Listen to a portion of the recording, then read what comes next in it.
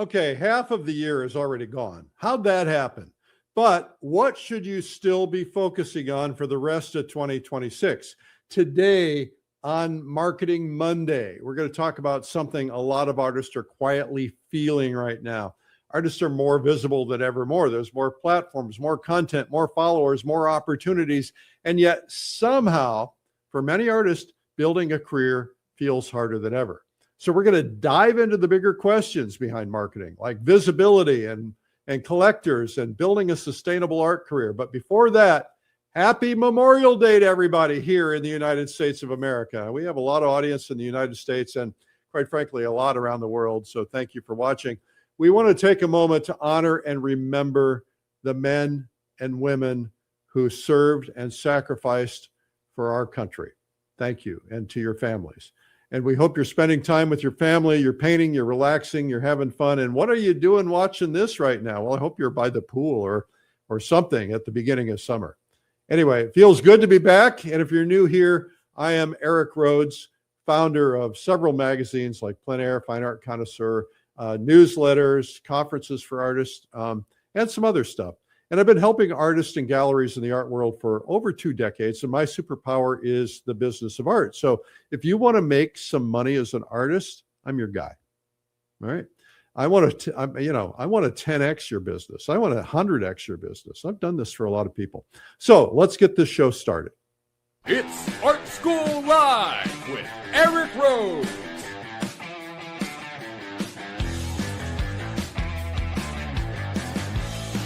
Now, here's your host, Eric Rhoads. Hey, I'm back. I'm finally back. I was gone a long time. I apologize for that, but I was hosting the Plein Air convention. That was so crazy, so much fun. Everybody's so happy, and they were really happy. They cheered when we told them that next year we're going to Zion and Bryce Canyon, 2 national parks. We're going to be in St. George, Utah at the convention center there. And I think that's probably going to sell out faster than anything we've ever done because it's probably going to be the most popular location. So anyway, that's where I've been. We're going to get right to it. If you have questions, you can send them to me, eric@streamlinepublishing.com. All right. Rachel Monroe, we're doing questions that people have sent in. You can also put your questions in the chat and so on. Rachel Monroe in Asheville, North Carolina. I've noticed that collectors seem to respond more when I share personal stories or struggles connected to my work. Are people buying art differently now than they used to? I don't know if they're buying art differently. I think that, Rachel, that people always have responded to stories. When you think about the classic stories of childhood, right? Think about if I asked you about a story, if I said something about one particular story from childhood that most people would know, you'd remember it, and you'd remember it in excruciating detail. Stories have been used to communicate for generations, right? So a lot of the information in the Bible, for instance, has been in story form and communicated generation to generation. Stories are oftentimes less likely to be getting wrong than just facts and figures. So I have a whole section in my videos on, and I'm not pushing the videos, by the way, but I do have a whole section in my videos on how to tell stories, how to write stories, what kind of stories work. People love your personal stories up to a point. And the reason I say up to a point, because you can go too far. You don't want to get whiny, but if you have a story or a struggle, there's a term called an origin story. And my origin story, for instance, is, and by the way, this is true, don't make something up. It's got to be true. My origin story is, I was kind of bored. I was working all the time, and I felt like I needed something more. And one day my wife asked me to drive her to the hairdresser. So I did. I had to kill a couple hours.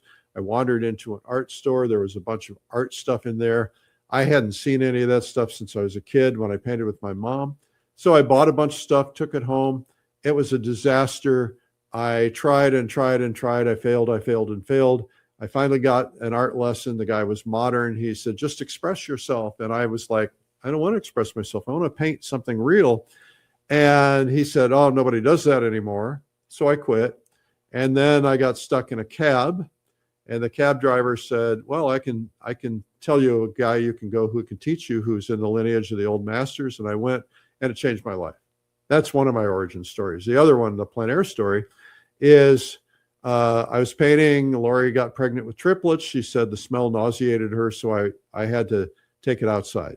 And that led me to Plein Air Magazine. That's a short version of that. So you need to know your story, and you need to tell your story often, every opportunity you get to.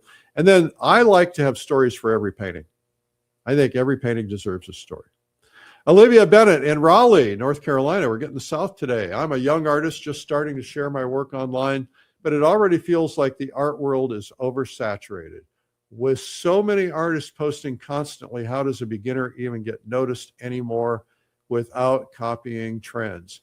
You know, Olivia, that's a really great observation. You're obviously a very smart person.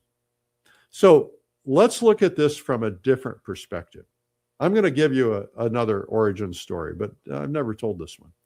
So when I was a kid, I wanted to be famous. I wanted to be an entertainer.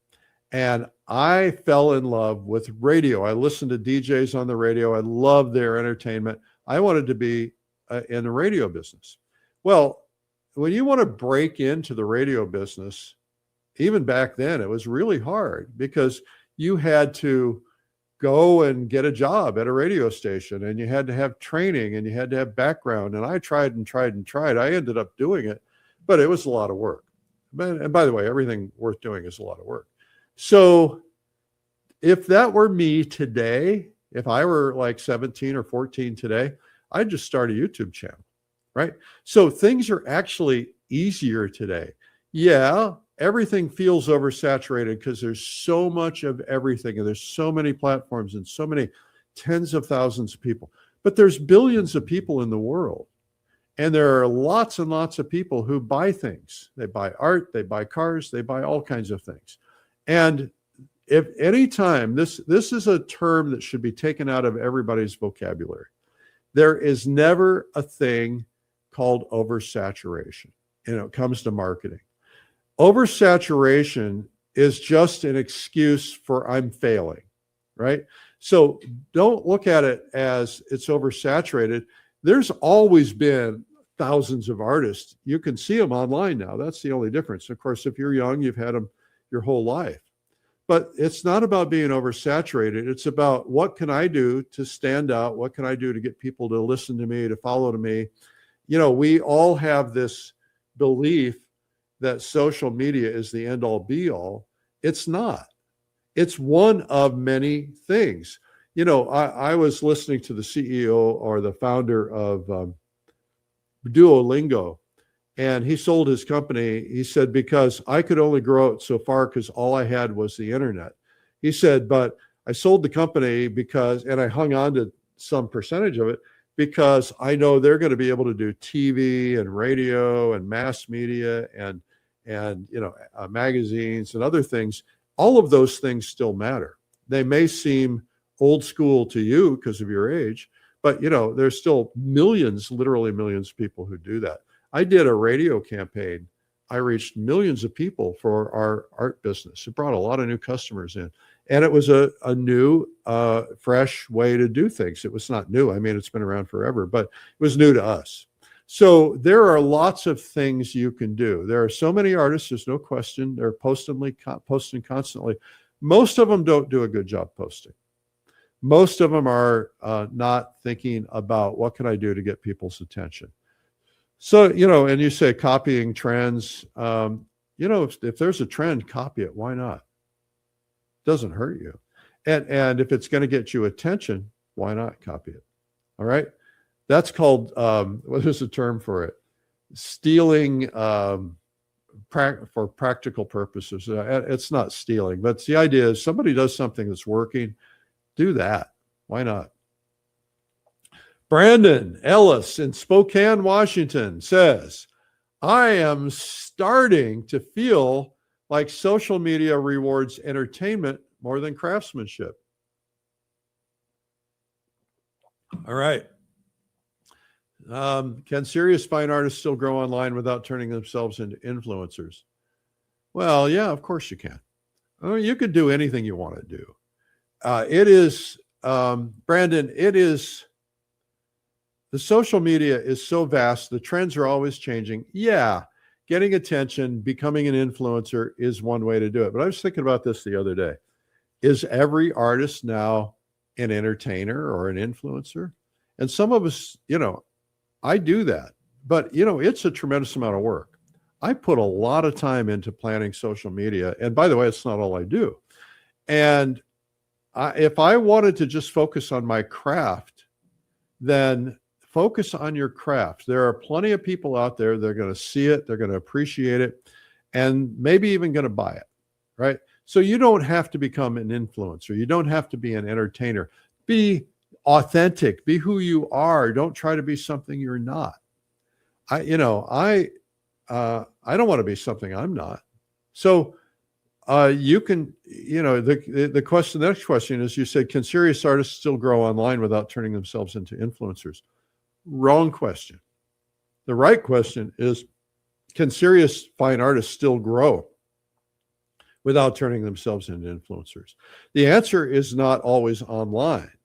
Now you can grow online, but you can also grow in other places. For instance, I was talking to somebody yesterday, and we were talking about, I have a term called stand in the river where the money is flowing, right? So imagine a lake, and that lake is a small lake, but it's filled with people, right? Swimming maybe, right?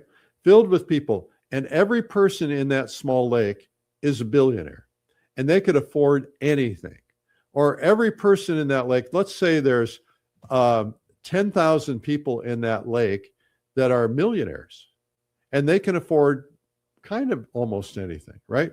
So there are 10,000 people. Can you reach 10,000 people in other ways? Yeah. So for instance, I have a magazine called Fine Art Connoisseur, and I have another magazine called Plein Air. Plein Air is the #1 selling art magazine on the newsstands nationally in America at Barnes & Noble.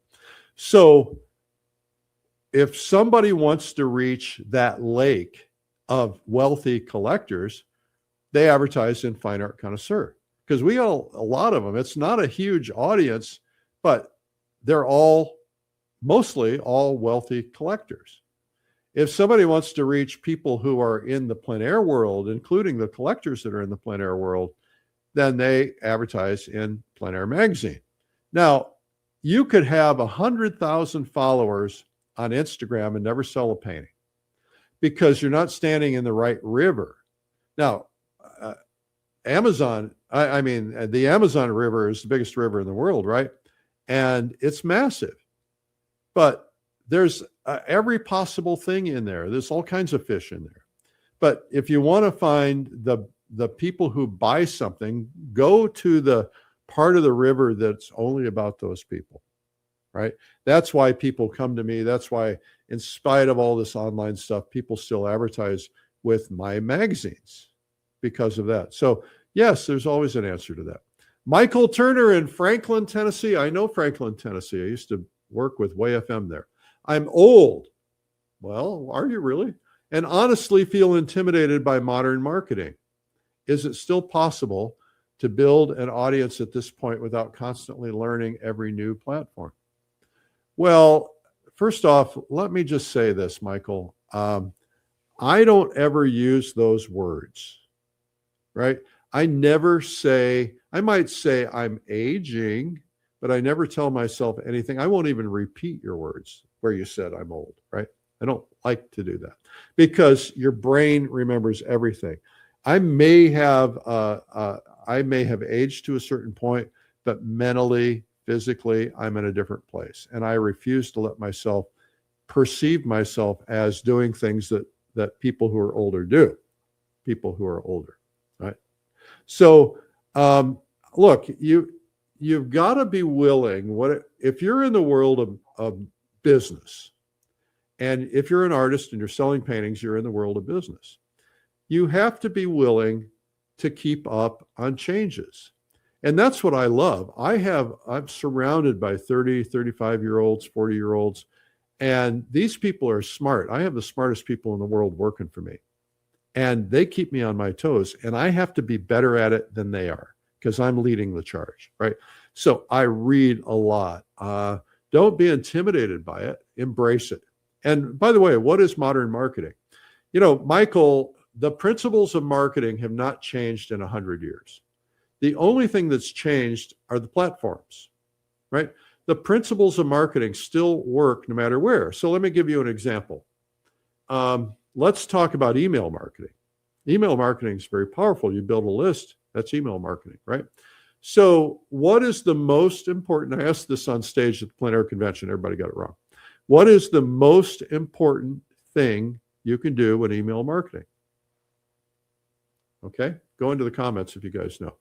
The most important thing you can do in email marketing is write a very compelling subject line. Because if I get hundreds of newsletters from artists, and it says, my April newsletter, my June newsletter, boring. But if it said, how to save your paintings from getting destroyed by sunlight, I'm in. I'm going to open it up. So that subject line matters. Now, the next thing is, what's the most important thing once you open the email? The headline. And then the first sentence and the photograph, right? So all of those things matter. And those are things that they were doing 150 years ago with Sears Roebuck catalogs or whomever, right? So when people say modern marketing, the only thing that's changed is that you have some tools you didn't have before. You just have more tools. And frankly, Michael, you kind of have to do more things, right? I have to do more things. You don't have to, but it helps. So, you're telling yourself, how do I build an audience without learning a new platform? You don't have to use a platform. You can build an email list. That's all you need. Listen, how many paintings do you need to sell a year? 60? Can you get 60 people on your email list? No. Will everybody buy something? Some people might buy 2 or 3. Some people might not buy anything. Okay, I want to tell you guys that coming up, starting around June 6th, I have an event in the Adirondacks. And this is my summer retreat, early summer, but it's summer retreat. And my retreats are so much fun because we paint together for a week. You get to meet a lot of people. You make a lot of new friends. You come very close. And that's the best part, right? It's not about the painting. You don't have to be qualified to paint. You don't have to be a good painter. We get a lot of new painters that have never painted before or first timers. And they just show up with whatever gear they've got. They get to know how other people do it. They talk to each other about things. And we sit up at night. We have all our meals together. We go painting every day together. All you need is to show up, have a car. And if you don't have a car, you can get somebody to give you a ride because people love to give rides. And so it's called Paint the Adirondacks. It's my publisher's invitational, except no invitation is required anymore. And it has been going on for 15, maybe 16 years. I don't know. Long time. And Adirondacks are beautiful. So check it out at paintadirondacks.com. .com. I need a jingle. paintadirondacks.com. All right. Rebecca Lawson in Charlottesville, Virginia, another kind of the South. It feels like, I love Charlottesville. It feels like artists today are expected to chase algorithms, trends, and constant content just to stay visible. But while some artists go viral and some still struggle, others quietly build sustainable careers with loyal collectors. What should artists really focus on in 2026? That's another great question, Rebecca. So look, I got to tell you something. I was looking at some stats the other day. We are all about data, right? We're always looking at data. I have a list of what I would consider to be the top 1,000 painters in our world, right? So we could bring them to our events and do stories and things like that. And there were some people that were at the top of the list. And in our list, we look at everything like how many Instagram followers do they have? How many Twitter followers do they have? Or X? how many TikTok, that kind of stuff. We look at all that stuff. We also look at how many workshops a year they do, but we also have, and we rate every artist. We give them a number rating. So, a 10 would be Clyde Aspavig or Scott Christensen, and so there were some artists that were on that list that were 10s that don't do social media, that don't do any of this stuff, yet they're still 10s. And so they're not chasing algorithms. They're just painting really well, and the world is finding them. Now, you've got to help the world along. You got to do some marketing. Even Richard Schmid, who was one of the most brilliant artists alive at the time, he was a brilliant marketer. Now, his marketing didn't seem like marketing, but, doing a show or doing a book or doing something else is marketing. It doesn't have to be something that feels like it's selling something. So, staying visible, I think, is important, because if you're not visible, people forget you. Advertising is something a lot of people have said, I don't need that anymore because I have social media, and then they're crashing and burning because it's not working for them. So there are a lot of things. What you should focus on is what you want to do. And I mean that, because here's the deal. Life is short, and then you die. And hopefully not. My watch said 10:54 a.m. That's not right. Anyway, so you've got to do what you love. You got to do what you want to focus on. Do not chase things just for the sake of chasing them. Paint what you love, do what you want, and the more you work at all of that, the more money you're going to make. Because if you're not painting what you love, then why do it? Now, there are people who paint what sells. That works for them. That's fine too. And if you want to do that, that's great. But, Clyde Aspavig and Scott Christensen and Jill Carver, people like that, are not chasing that stuff. They're painting what they love. They're exploring new things. They're trying to learn and grow. But they built reputations by doing lots of shows, lots of articles, lots of visibility. And a lot of that stuff has lasted them. There are other artists out there. I got a call from an artist the other day. He said, I'm 70 years old. I've been around for a long, long time, but I'm not famous anymore. And I said, what were you doing when you were famous that you're not doing now? He said, well, I don't want to do any of that stuff anymore. It's too much hard work. I said, well, like what? He said, well, I don't do shows anymore, and I don't do advertising anymore, and I don't do this, and I don't do that. And I said, well, there's your answer. It's what, if you don't want to do it, don't do it, but there are repercussions. Okay. All right. Next up is Amanda Pierce in Scottsdale, Arizona. I've raised my prices a few times over the years, but lately I'm worried I may have priced myself beyond what collectors are comfortable spending right now. How do artists know whether their slow sales are caused by pricing, the economy, or something else entirely? Well, Amanda, that's a really great question. I would say that pricing is not usually the problem. Now, we all believe the first thing we go to when things aren't selling is our price is too high. But think about this. It's not the price is too high. It's that the price is too high for the people you're talking to. So I had an artist come to me and she said, I need to get more money for my paintings. And I said, fine, great, raise your prices. And she told me her prices. I said, you can raise them 50%. She said, oh, no, I could never raise them 50%. I said, yeah, you can. Call your galleries and say, I want to raise my pricing by 50%. So she called me back a couple days later and she said, I called my galleries. They said they can't get that much money for the paintings. She said, so I'm going to not raise my prices. I said, no, fire the galleries.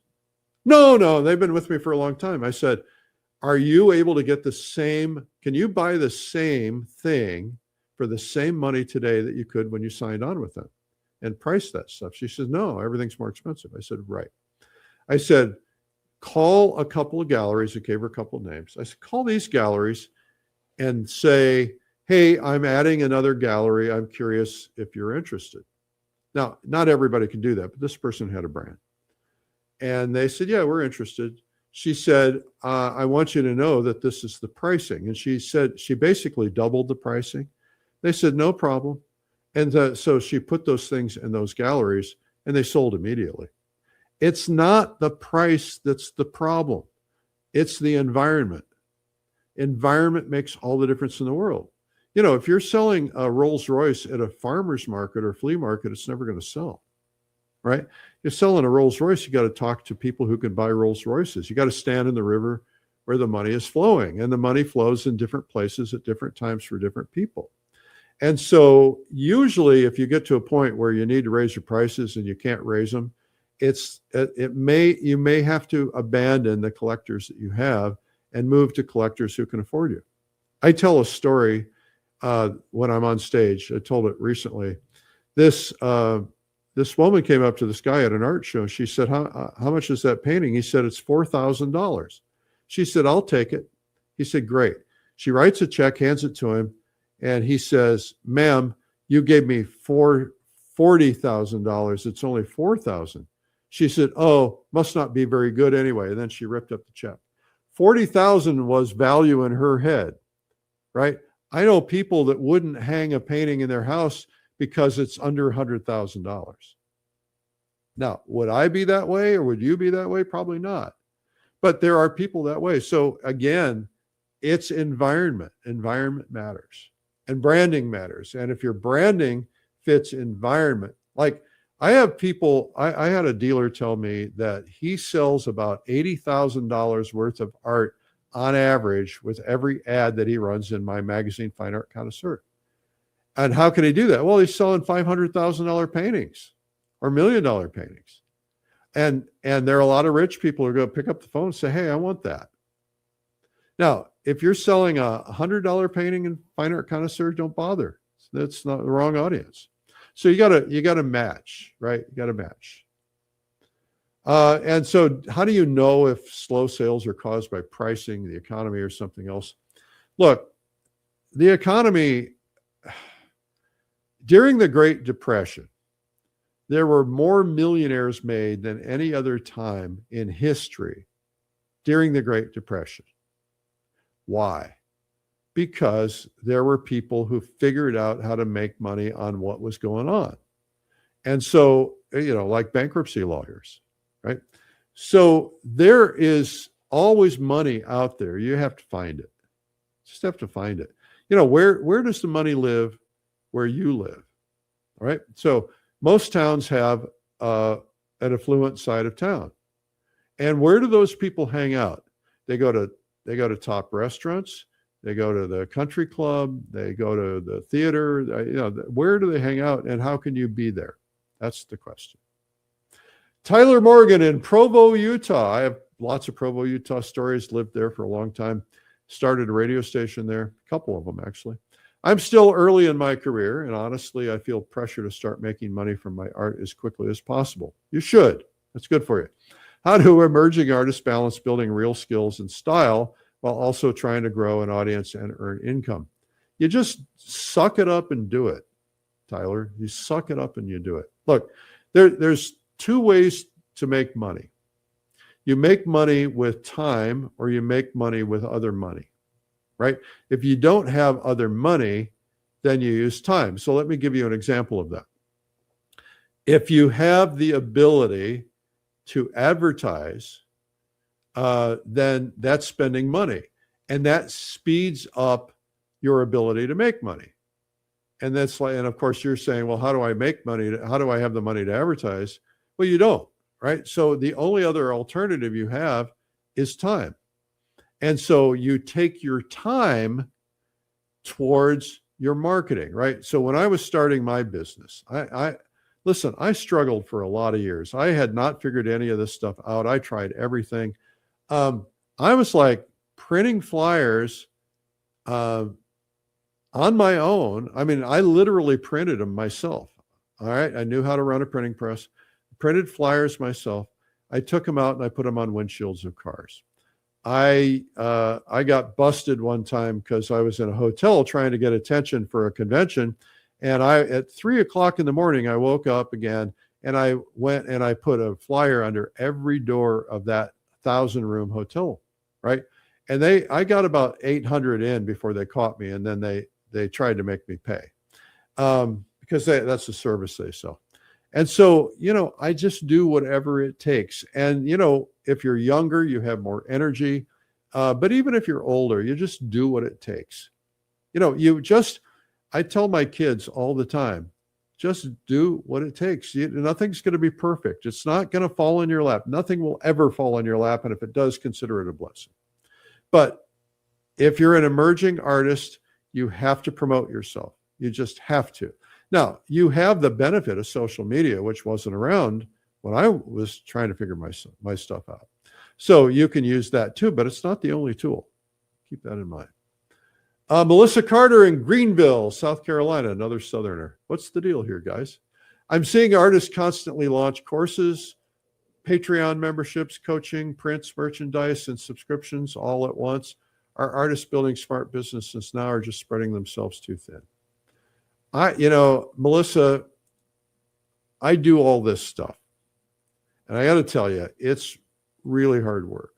The number one thing I hear from artists is I started all this stuff and I wish I hadn't. There is a very powerful thing that comes from singular focus.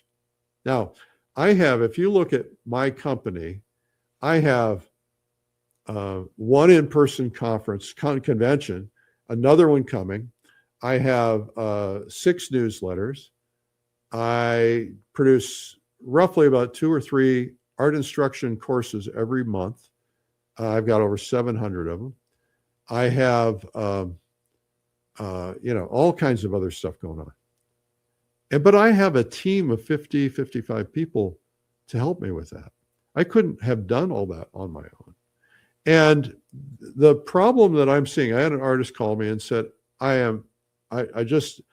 he said, I had 2 different ones I'm thinking of. One of them said, I shot and edited my own video. I got some people to help me with it, volunteers. He said, when all was said and done, I made less than $1 an hour. And he said, and then I went to market it. And I thought, well, I can market it and use my own Instagram account to market it. And it didn't really work. And so he came to me and said, I want you to do my next video. And we talked about it. We ended up doing it. Another artist called me and said, I do online training and I'm regretting it.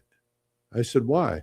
She said, because now I'm tied down. Actually, another artist told me the same thing. He said, I'm tied down. I can't leave. I have to constantly be there for this thing. I am a slave to my own mentorship. And he said, it's too hard. Look, you have to focus primarily on one thing and do it really well. And that one thing is being an artist. And, there's a million things that are going to seduce you and suck your time away. But one thing that if you do it really well, if you paint really well, and you focus on marketing your art and getting people to help you market your art and getting galleries, that one thing will serve you. I have friends, some of which I've coached, who are multi-millionaires, making well over $1 million every single year, driving really beautiful cars and building really beautiful houses, who don't do any of that stuff. All they do is create great art, and all this other stuff is distraction. Now, artists have always taught, artists have always done workshops, and sometimes that's fun to do, and sometimes it's required to make a living. But sometimes, if you're really staying focused, you can really make a great living. Now, if you're not a great artist, then you need to work on that. There are a lot of ways you can do that. Okay. So, anyway, are they spreading themselves thin? Yeah, I'm spreading myself thin. First off, I'm a 15-hour-a-day guy, 17-hour-a-day guy. I work all the time. I like it. I have fun. But I'm going to take a break, and I'm going to go painting, and I'm going to take some friends with me, and we're going to go to China, and that's coming up this fall. And it's going to be really cool. And then there's also a Japan trip. So watch this right now. Fine art connoisseur trips are legendary. We have seen the world together, going behind the scenes at the museums, getting special experiences, oftentimes to historic artists' homes, meeting their families, seeing private collections, oftentimes behind the scenes at museums, seeing paintings and holding paintings in our hands. Our experiences are rich and deep. One time, we even had the Sistine Chapel privately for an entire hour just for our group. You want to join a fine art connoisseur trip, and this trip is going to be spectacular. 10 days in Japan. We're going to do Tokyo, Kyoto, Osaka, and we have an optional trip where you can go to Hiroshima. So you don't want to miss this trip. Also, for those of you who are interested, who might be painters, you can do the Japan trip and then meet us in China for the beginning of our big China trip, a China plein air trip. You can learn more about that. This is a spectacular time to travel to Asia. Grab your tickets now. These are not going to last long. This is going to be fall of this year, 2026.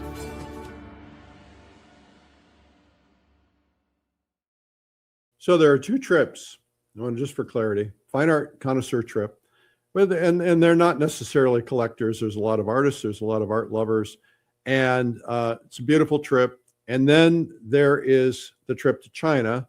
People who are going on the Japan trip that are also going to China, we're going to do a little Mount Fuji painting trip in between. So you can learn more at, if you want to go about Japan, go to finearttrip.com/Japan. I think what I need to do is to get that bigger on the screen for the future. And then if you want to go to the China trip, just go to pleinairtrip.com/China. Okay, another question. Jordan Mitchell in Nashville, Tennessee. I have noticed that lower price pieces sell quickly, but the larger, more ambitious work I care about tends to sit much longer. How do you price artwork in a way that supports both sales and long-term career growth without undervaluing yourself? Well, look, price is always going to get you a quick sale. And there's well, how could I call it? There's a thing called the law of comparison. And the law of comparison is that think of that big painting as a career painting, not a painting you're going to sell. Here's how this works. And I learned this from the jewelry business, right? So what the jewelry business does, you walk in, let's say you're going to go get an engagement ring. Jewelry business, you walk in there and it's kind of dark and they've got a spotlight on a particular ring in a particular section. And you go over there and you see the engagement rings. You see this beautiful ring under the spotlight and you see they've got the price tag twisted so you can kind of see what the price is. And it says $30,000. Now, the reason they do that is because they know there's the price, the comparison is that the average customer will spend 1/3 of that amount of money on a ring. And so what they want to do is they have, by putting that at $30,000, they're setting the goal of $10,000 per sale. And what happens is the brain works in a very mysterious way. And there's all kinds of Harvard studies on this. There's a book called Influence by Robert Cialdini. And that's a really good book to read. But basically what they're doing is that comparison is working to your favor. So think about this. I've coached many art galleries and a lot of them do this. You walk into an art gallery, you see a wall and there's a wall of your work, right? It's in a prominent place when you first walk in. And I tell them, look, if you want the average price of a sale to be $10,000, put a $30,000 painting on the wall and then put 3 $10,000 paintings next to it. And it works very effectively because people are like, oh, I'd love to have that painting and I want to spend $30,000 on it. But I would spend $10,000 because it doesn't feel like much because 30 is a lot more. And there's all kinds of evidence about saying a bigger number before that will make the other number seem small, right? So I don't have a lot of depth to this right now, but I think that undervaluing yourself use that big painting to sell the smaller paintings. And then, keep the big painting for yourself. And by the way, once in a while, somebody will come in and say, 30 grand, no problem. I was in an art gallery. This guy walked in and he went up to the guy that was helping him. He said, I want that one, and I want that one, and I want that one, and I want that one. And the guy said, don't you want to know the price? He says, no, I don't care. Right? I mean, there are people like that. So use these tools to your benefit. And yeah, I mean, not everybody, the higher the price, the harder it's going to be. If you're selling $2,000 paintings, 10,000 is a hard place for you to go. It's harder for other people to go too. That's why branding is so critical. That's why advertising to create branding is so critical, because if you get perceived as a $10,000 artist or a $100,000 artist, I have a friend who's a very prominent artist. I won't tell you his name. And I said, how did you get your prices so high? He sells every painting for $250,000. And he only sells 5 or 6 of them a year. I said, how did you get your prices up so high? He said, I don't know, ask my wife. She said, well, I just decided that's how much money we need. That's kind of where it starts. Just saying. Eleanor Bishop, Carmel by the Sea, California. I love Carmel by the Sea. Do collectors still care about awards, magazine features, and credentials, or are personal connection and online presence becoming more important now? Okay, so Eleanor, I'm going to kind of stop here and kind of see if we can disrupt things a little bit.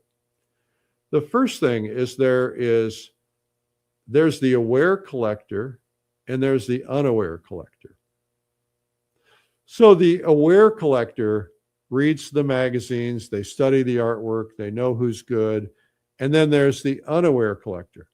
The unaware collector doesn't know anything about the art or the artist, but they still will walk into a gallery and spend a ton of money or some money, right? So I watched this happen before my very eyes. It was so amazing. I told a gallery owner I wanted to be the most expensive artist in the gallery. She said, well, I think that's stupid. Nobody knows who you are. I said, it doesn't matter. And then it was proven, right?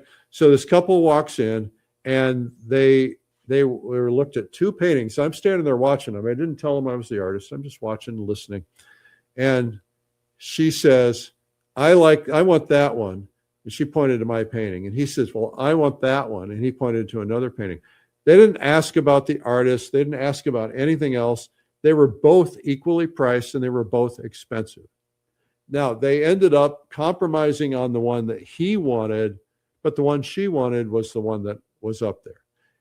Had nothing to do with brand, had everything to do with the piece of art that spoke to them. Now, listen, somebody's walking through a gallery in Santa Fe. They either have the money or they don't have the money. I've had stories of people walking in and spending $500,000 impulsively, because there are people who can spend $500,000 impulsively. Now, because we are not those people, we just assume it doesn't exist, but it exists all the time. So do collectors care about awards, magazine features, and credentials? Yes and no. And online presence? Yes and no. I mean, there are a lot of collectors. I have a lot of collectors who read my magazines. I don't know if they're online or not. I don't care. They're reading my magazines. That's what I care about. I think that some people do and some people don't. Some people care about stories more than anything else. I had a collector in Los Angeles. He takes me to his house. He walks me through his collection. He didn't know anything about any of the paintings other than the artist. And he told me how much he paid for everyone. That was his story. I paid $500,000 for this one. It's worth $50 million today, right? That's his story. Everybody's got a story. People buy things to tell stories to other people too. They don't buy them if they don't love them, but if they love it, then they want to be able to say, hey, did this artist is collected by Oprah and Steven Spielberg and, some movie star or something. And those are stories they can tell their friends. And so people like stories. Yeah, awards are stories. Daniel Keys just won the plein air salon for the year. And by the way, we announced that we're adding another $15,000 prize. So one for the cover of Fine Art Connoisseur, one for the cover of plein air, so that now it's called the Salon Art Prize. So that way people can enter other kinds of paintings. And so, somebody buys that painting, they're going to go, this painting won. My dad used to collect ducks, wood carved ducks, and he had the ribbon, the grand prize ribbon displayed with each duck. To him, that was important. To me, I wouldn't care. But, some people care about those things. So sometimes somebody wins an award, the artist sells the painting with the ribbon, and then it gets displayed with the ribbon. Some people care about that stuff. So everybody's got different stories. Credentials, personal connection, online presence. Yeah, I mean, all of it matters, but it doesn't matter to everybody. So just keep that in mind. All right. You guys, by the way, should check out the Salon Art Prize. It's pretty cool. You can find it. I think we have a new URL, but you can also find it at pleinairsalon.com. Valerie Kim in Bellevue, Washington. Finally, somebody that's not from the South. By the way, you guys from all around the world can send your stuff in. Valerie says, I feel pressure to constantly explain my artwork online, but part of me believes paintings should speak for themselves. Has marketing changed audience expectations too much? Valerie, do what you want. There's not a right or wrong. Marketing expectations, maybe they've changed for some people, not for all people. There's not ever very rarely is there all people must do this one thing. Right. So why do you feel pressure to explain your artwork online? What's telling you that you have pressure to do that? Are people asking? If people are asking, then give them what they want. If it's going to make a difference, if they buy something, great. Paintings, listen, you feel paintings should speak for themselves. There are 4 personality types in Myers-Briggs, and there's all kinds of other people who do this. 4 personality types. 2 of those personality types have introverted personalities, and 2 of them have extroverted personalities. Introverted people typically don't know what they want. And I'm going to get email about that. I don't mean that. They don't necessarily, they might like something, but they need to be nudged. They need a story. They need something that gets them excited. There are 50% of the people who walk in and say, I want that, right? Or I'll take it, right? They don't need anything explained to them. So some people require it. If you want to reach certain personality types, then tell the story. If you don't care, you don't have to do it. Monica Alvarez in Albuquerque. I've been hearing a lot of niching down, but I'm afraid that narrowing my focus too much could make my work repetitive. How should artists think about niche versus creative freedom? Well, I tell this story. I told it on stage when I did marketing at the Plein Air Convention. I had a friend, he's gone now, and he was known for a certain type of painting. He got very much niched into this type of painting. And he did a show at the gallery where everybody saw his work normally, and it was a completely different type of painting. And at the opening of the show, nothing sold. And he was really disturbed about that. But eventually everything sold because the people who came looking for his particular approach were disappointed, but other people wandered into the gallery over the next couple of months and bought it. So niching down can be dangerous. It's like actors who get, imagine being Vincent Price, where the only kind of roles you can get are mean, angry, nasty people, right? So niching down is helpful. If you go too far off niche, it's going to be confusing for the buyer. So you might want to become known as, a really great landscape painter, and that's broad, or a really great portrait painter, or a really great still life painter. And but if you become known as the person who does still lifes where there's a certain type of bowl and there's a bouncing orchid, and then you kind of get stuck in that. And I've seen people do that, and so that's up to you. But you want to shake it up a little bit, I think, once in a while. And by the way, do what you love. Do what you love. Hannah Whitaker in Charleston, South Carolina says it feels like artists today are expected to be painters, marketers, video editors, writers, and entrepreneurs all at once. How do you avoid losing the joy of making art while trying to build a career? That's a really important question, Hannah. So I don't know the answer to that, but I would say, we're in a different world, right? So I do all those things. I edit videos. I have people who edit videos. I do Instagram stuff. I write stuff. I market stuff. I'm an entrepreneur. I have to do all that because I am an entrepreneur. You don't have to do it all. If anything that takes the joy out of doing something, then don't do it. But, there are trade-offs, right? So if you compromise yourself just a little bit and do a little bit of marketing, if that takes the joy out of making art, then the consequence of that is not selling art. And if it's not selling, does that bring you less joy or more joy? Look, I get joy out of painting. I'm in 2 art galleries right now, about to get into a 3rd. And I love to just paint what I want when I want. Sometimes I paint tight. Sometimes I do abstract. Sometimes I'm loose. I do what I want.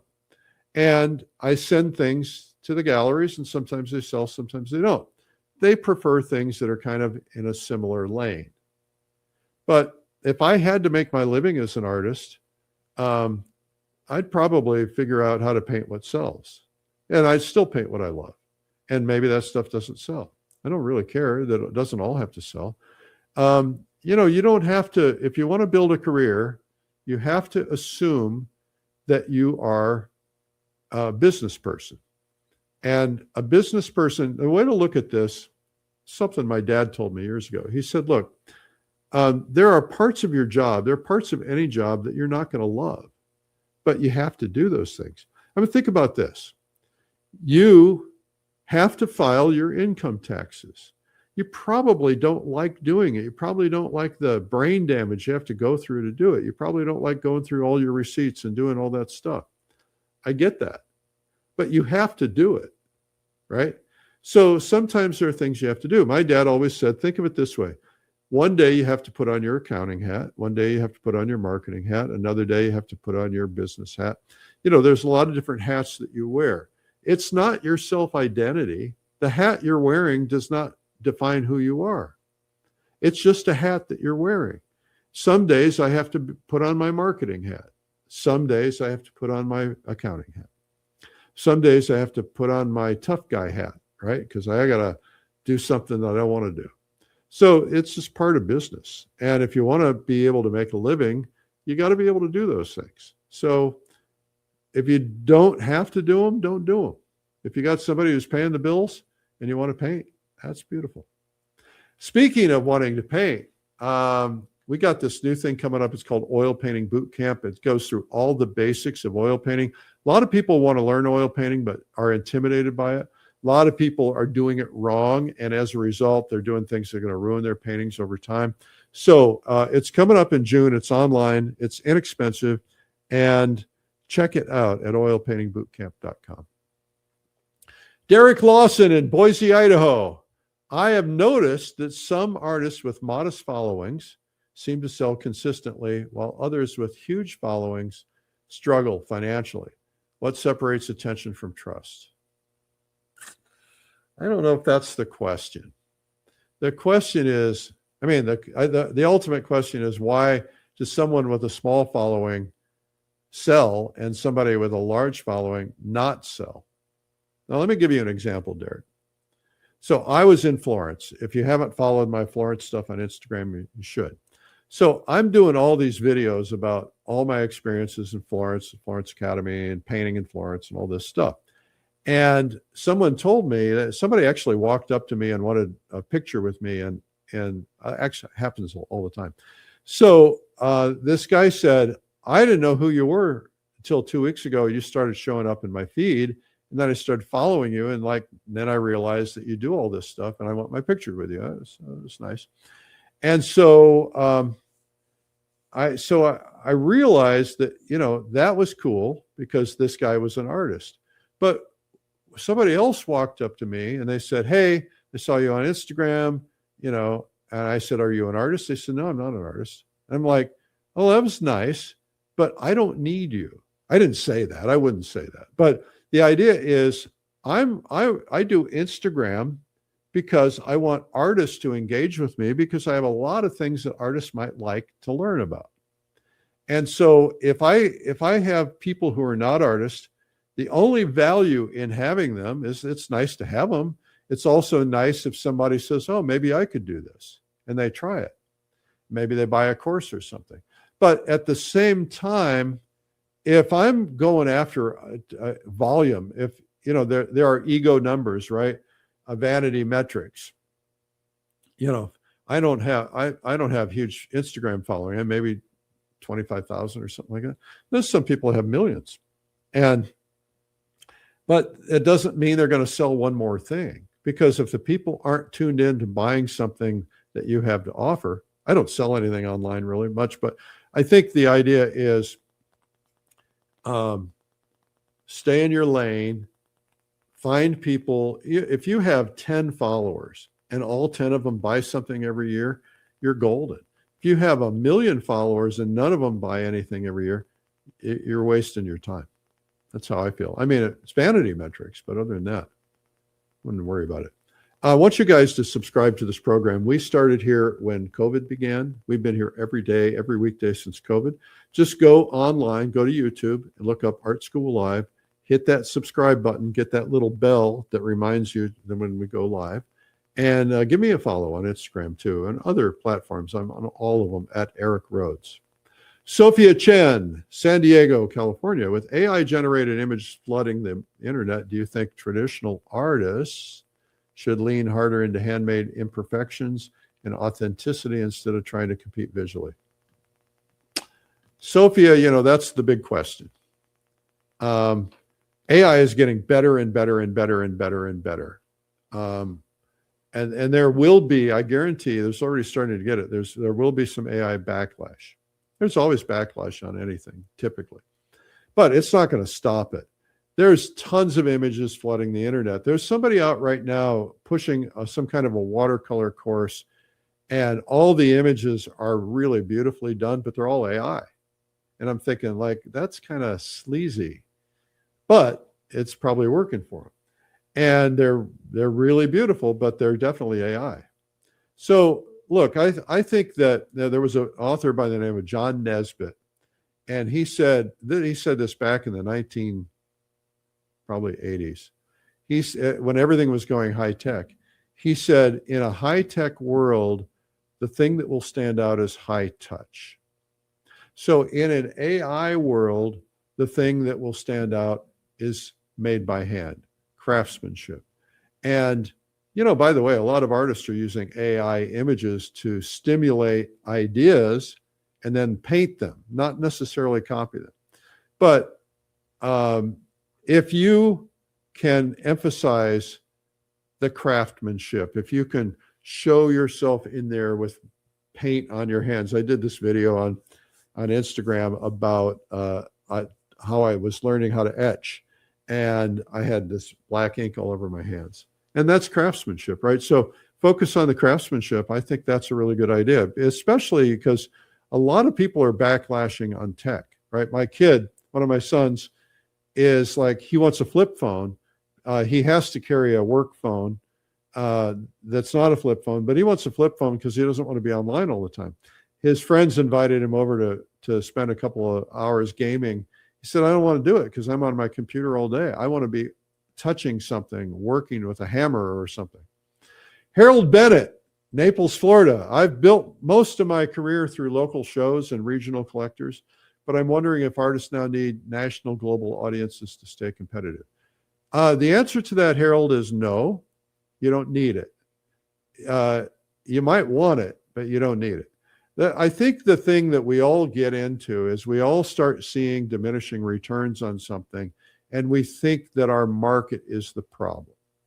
And the market isn't usually the problem. It's our marketing that's the problem. If you're doing things the same way you've been doing them for the last 20 years, you need to change it, right?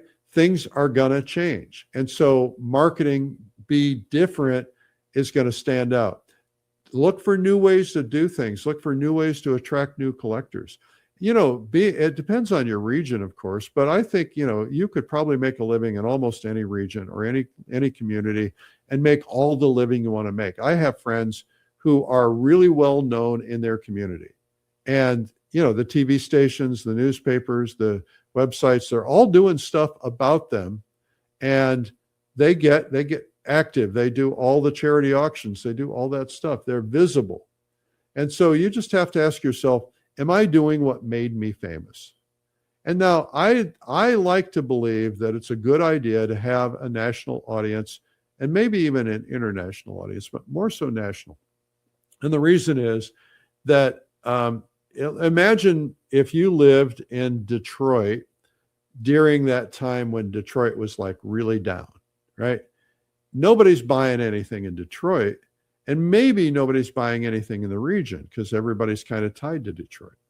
And so in a moment like that, it would have been nice to have a gallery in, let's say, Silicon Valley, where everybody was spending money. Stand in the river where the money's flowing. And so I like to have 3 galleries. I think 3 is the ideal. I can't feed more than 3, and I can barely feed the 3 that I've got. And so what I want to do is ideally, I want to have 3 different regions or 3 different areas, and areas that are on fire.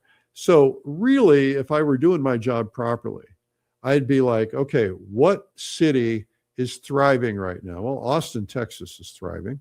So should I have a gallery in Austin, Texas? Or the other thing is, people buy more art when they go on vacation, right? So where are they going on vacation? They're going to Hawaii. I should be in a Hawaiian gallery, or that kind of a thing. So again, standing in the river where the money's flowing.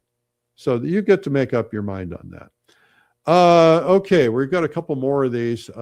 Nathan Cole, Bend, Oregon. And what we're doing today, by the way, this is Art Marketing Monday, if you're just tuning in. I paint primarily plein air landscapes. I love it. And while people admire them at events, it's hard to maintain momentum after the event ends. How do artists turn temporary attention into long-term collectors? Well, there's a big difference, Nathan, between someone admiring what you have and buying what you have. So I think that there are 2 questions. One is, how do I convert somebody from an admirer to a buyer? You can quote me on that. And then the other question is, how do I turn someone who's a buyer into someone who buyers? I can't even complete that sentence. Somebody who buys on a regular basis, right? How do you turn them into a collector? So there's a lot of different tools. I have a new book coming out. I haven't released it yet. It's been done, but I just haven't gotten around to releasing it. So I probably should do that soon. Anyway, I go into a lot of depth in that book about it, and I can't possibly cover it all in this short amount of time. But there are lots of things you can learn. The most important thing to learn is how to engage a collector, a buyer. And what I mean by that is, first off, you want to kind of look for a way that you can see if they're interested without making them feel uncomfortable. So, and that's usually just asking a question. So if they're talking to you, you say something like, what is it about this painting that speaks to you? And if they don't know, they'll say, well, I like the colors. But if they have an emotional connection, they'll say, it reminds me of when I was a kid. I used to swing on that rope swing up on the top of the mountain. Now, if they give you an emotional answer, you have a higher likelihood of them buying something. And so what you want to do is try to get them to dig deeper into their emotions. So if they say something like that, you say, well, tell me about that. That's all. Just tell me about that.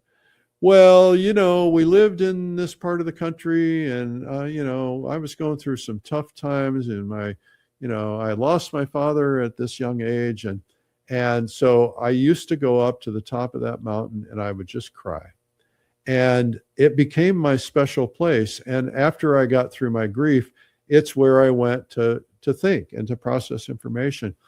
And I just love thinking about that place. And quite frankly, I haven't thought about that place in 30 years because I just hadn't seen it. But then I saw this painting. And then now okay, this is good. So then you can ask a question. So, well, wouldn't it make sense that if you have such fond memories of that, wouldn't it be cool to have this hanging in your house? Where do you think you would hang it? So you don't give them a chance to say no. Where do you think you would hang that? Oh, I would so hang it in my office so I can look at it every day. Great. What do we need to do to make that happen? So you're not asking questions that are making them uncomfortable. And I think those kinds of things, I go into all kinds of depth on that stuff. I just want to say real quickly that I am so grateful that we had, I don't know, 800, 1,000 people who came to the plein air convention in the Ozarks. People were coming up to me and saying, this is the best kept secret. A lot of people told me they weren't going to go to the Ozarks because they didn't think it was going to be very special. And it was so beautiful. And so they said, next time you come here, everybody's going to want to come. And I said, well, we're not going back. Not anytime soon anyway. But I want to say thank you to all the people who attended the plein air convention. I want to thank you to all the vendors who showed up, who traveled long distances to be there. And I want to say thank you to my team. My team is beyond spectacular. And they worked so hard. They worked 20-hour days. They're working really hard. And they're a really good team. So I'm very proud of them. We have a new plein air convention for next year. It's going to be in 2 national parks, Zion and Bryce. It's probably going to sell out in 2 weeks. All right, we sold so many. Everybody's like, oh, I'm going there. One woman came up to me. She said, I wasn't planning on going to the convention next year. She said, when you said Zion and Bryce, she said, I signed up immediately. So already the phones are buzzing and people are online at pleinairconvention.com and there. And so I don't think it's going to last very long. And so if you're interested in going, you probably should. I'm just saying. It's our 14th annual. It's going to be really big. Speaking of plein air, I've been away for a while, and I've been traveling and doing events and getting taught and teaching. And I was at the plein air convention, and I did a lot of paintings, and I'm going to start posting those on my Instagram. And I've got this guy. The other night, I had a model come into the studio, and my buddy came and painted with me. And he's looking at the paintings I did, and he said, after the Florence Academy, he said, something changed. He said, you're so much better. And that was nice. I'm going to start showing some of that work. Anyway, let's see. That is it for today. Make sure you subscribe to this program and tell your friends, share it. If you like it, tell others about it. We've taught over 22 million people how to paint. I set a goal for 1 million. So we blew that goal out. Now let's see if we can keep growing it. Anyway, share it with a friend. We do have a free gift for you. Get our free video, 97 Incredible Art Secrets from the world's finest artists. And it's at 97artsecrets.com. You can get it for free, and you can watch it instantly. Or if you want a DVD, just pay for the shipping. Okay. Remember that you should sign up and come with me to China and Japan, pleinairtrip.com/China or finearttrip.com/Japan. Come and paint with me at my retreat in the Adirondacks starting June 6th. It's quick. I think we can get a couple more people in. And that's paintadirondacks.com. Hard to say, hard to spell. Paintadirondacks.com. It's a state park. It's so beautiful, and it's 3 of the biggest national parks would fit inside of it, and it's protected. And then, of course, join me for Oil Painting Boot Camp at oilpaintingbootcamp.com. We're here every weekday, 12 noon. Mondays, we do marketing, feedback Fridays, and art training in the middle. I want to thank all my guest hosts who've been filling in for me, too. Make sure you subscribe to this channel on YouTube, but also follow on whatever you're watching it on. I'm Eric Rhoads, and we will see you soon.